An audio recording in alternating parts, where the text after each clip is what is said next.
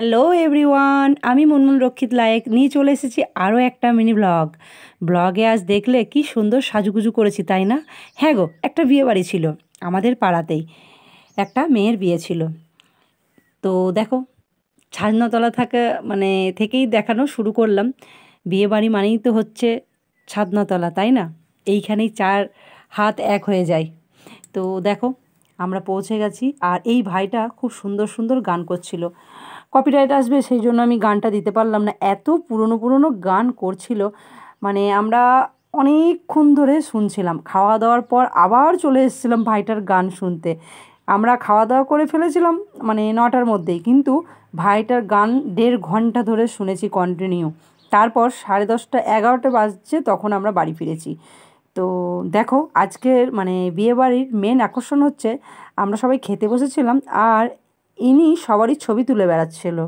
এনাকে দেখে তো চিনতেই পারলে, ড্রোন ক্যামেরা দিয়ে ভীষণ ভালো লাগছিল কিন্তু। তো দেখো, আমরাও বসে পড়েছি খাওয়া দাওয়া করতে।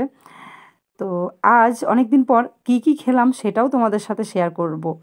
অনেককে দেখেছি এই নিয়ে ভিডিও বানাই। ওই দেখো, আমরা বসে গেছি কিন্তু খাওয়া দাওয়া করতে। তো দেখো, প্রথমেই পড়ে গেছে স্যালাড আর বেগনি। বিয়েবাড়িতে গরম গরম এই বেগনিগুলো বেশ খেতে দারুণ লাগে। যেহেতু আমরা প্রথম ব্যাচেই বসেছিলাম, সব জিনিস কিন্তু গরম ছিল। তারপরেই চলে এসেছিলো কচুরি আর তড়কা। আহা, জিভে জল চলে আসছে দেখে, বলো সত্যি। এরকম ভিডিও আমিও যখন দেখতাম না, ভীষণ ভালো লাগতো এবং জিভে জল চলে আসতো। আজ আমিও বানিয়েছি। তারপরে এসেছিলো পনিরের তরকারি। ওই পাশ থেকে আমার পাশে একটা পনির ট্রান্সফার হয়ে গেল, আমার বর তুলে দিল। তার পাতে অনেকগুলো পনির পড়েছিল বলে একটা দিয়েছে আমাকে, বলো। তারপরে বাঙালির প্রিয় সাদা ভাত আর পটল আলুর তরকারি। এই গরমে পটল আলুর তরকারি খেতে কিন্তু হেভি লাগে আমার। পটলের বীজগুলো ফেলে দিয়ে পটল আর আলুটা জাস্ট অসাধারণ। তো তারপরে যেটার জন্য অপেক্ষা করছিলাম, ফাইনালি সত্যি করে একদম চলে এসছে মাটন, গরম গরম। আর এই পিসটা এই জিনিসটা আমার তো হেভি প্রিয়।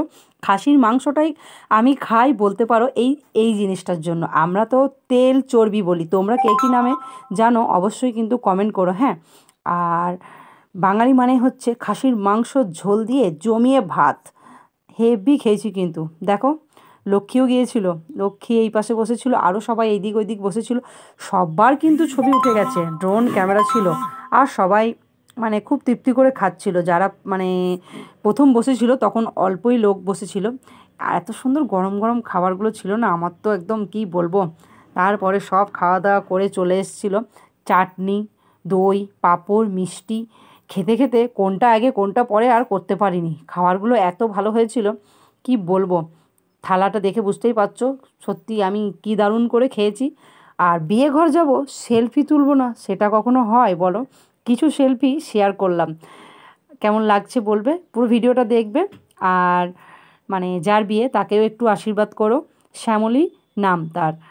তো আজকে সে মানে পরের বাড়ি চলে যাবে, তার জন্য বুক ভরা ভালোবাসা রইল। প্রত্যেকটা মেয়েকেই কিন্তু দেখবে যেতেই হয় তার শ্বশুর বাড়ি, তাই না? আমারও দুটো মেয়ে আছে, তাদেরকেও একদিন চলে যেতে হবে এইভাবে।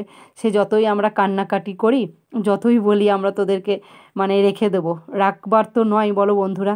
যাদের মেয়ে আছে তাদের সত্যি খুব খারাপ লাগে। আমরাও একদিন মা বাবাকে কাঁদিয়ে স্বামীর বাড়ি চলেই এসেছি। তো আমাদের মেয়েরাও একদিন চলে যাবে, তবুও ভালো লাগে। তারা যদি সুখে শান্তিতে সংসারটা করে, কী বলো বন্ধুরা? চলো টাটা, সবাই ভালো থেকো।